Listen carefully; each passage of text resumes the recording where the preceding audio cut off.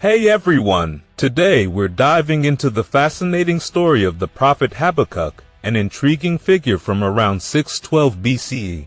Now, you might not have heard much about him, but he's one of those mysterious prophets in the Bible whose name appears in the book of Habakkuk. This is actually the 8th book in the collection of the 12 minor prophets, and it's considered sacred by Jews, Christians, and even Muslims. Pretty much everything we know about Habakkuk comes from the Bible. He doesn't get the kind of backstory other prophets do, no info about his family, his hometown, or even his job. He's simply known as the prophet.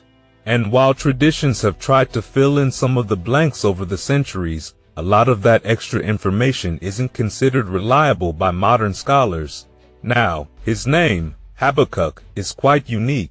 It only appears in 2 verses in his own book, Habakkuk 1:1 and 3:1, and the meaning of his name is still kind of a mystery.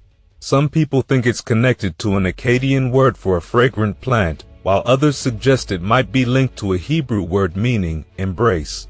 When it comes to his life, we don't have much to go on besides the hints in his book. For example, since his prophecies revolve around the Chaldeans, or Babylonians, rising to power in 612 BCE, scholars believe that's about the time he was active. He's often thought to have lived in Jerusalem, and may have even been a member of the Levites, the tribe that worked as musicians in Solomon's temple. In fact, the final chapter of his book is actually written as a song, which could support that theory. Habakkuk's story also pops up in some pretty wild traditions outside the Bible. There's this one legend in the deuterocanonical story, Bel and the Dragon, where Habakkuk is cooking stew, and an angel appears, telling him to take the food to Daniel, who's stuck in the lion's den in Babylon. When Habakkuk's like, I don't even know where Babylon is, the angel straight up teleports him there to feed Daniel and then zaps him back home. Crazy, right? There's another story in Jewish tradition that claims Habakkuk might actually be the boy born to the Shunammite woman, blessed by the prophet Elisha. It's a bit speculative, but it shows how his story has been woven into various traditions over time. When it comes to his actual writings, Habakkuk's book in the Bible is pretty short but powerful. It's filled with 5 oracles against the Babylonians and a beautiful song of praise to God. What's really unique about him is that he doesn't shy away from questioning God. Right at the start of his book, he asks why God isn't doing anything about the injustice and violence he sees around him. It's a very raw and human moment that makes his story stand out among the other prophets. And now, aside from his prophetic writings, there's been a lot of speculation about where Habakkuk's final resting place actually is. Different locations have laid claim to his tomb over the centuries. One of the earliest stories comes from a 5th century Christian historian named Sozomen.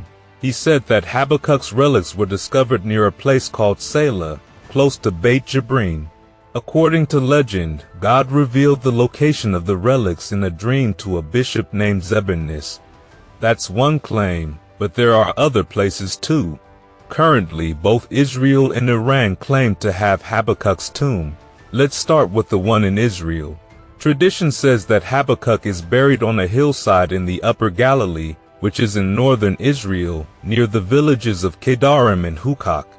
It's about 6 miles southwest of Thafed and 12 miles north of Mount Tabor. There's even a small stone building from the 20th century that protects the site. Some people believe that this tradition goes all the way back to the 12th century, but it's possible that the tomb could belong to a local sheikh from the area instead. Interestingly, the pronunciation of the place name Habakkuk is pretty close to Habakkuk, so that might have something to do with the association. Now, the other site claiming to be his burial place is in Iran. There's a mausoleum in the west of the country, near the city of Taisirkin, where many locals believe Habakkuk is buried. This shrine, protected by Iran's Cultural Heritage Organization, is pretty impressive. The surrounding structure has an octagonal wall and a conical dome, which dates back to the Seljuk Empire from the 11th or 12th century. Beneath the shrine, there's a hidden basement with 3 floors, and in the courtyard, you'll find Habakkuk's supposed grave. The stone on his grave is inscribed in both Hebrew and Persian, and it even mentions his parents' names. It's a site visited by both Muslims and Jews who want to pay their respects. Habakkuk's legacy lives on in various ways, especially in religious traditions. For Christians, Habakkuk has feast days. In the Eastern Orthodox Church, his feast day is on December 2nd, and in the Roman Catholic Church, his memory is honored on January 15th. The Armenian Apostolic Church also commemorates him with the other minor prophets on February 8th. Artists have also immortalized Habakkuk through sculptures. The famous Florentine artist Donatello created a sculpture of Habakkuk in 1435 for the bell tower of Florence.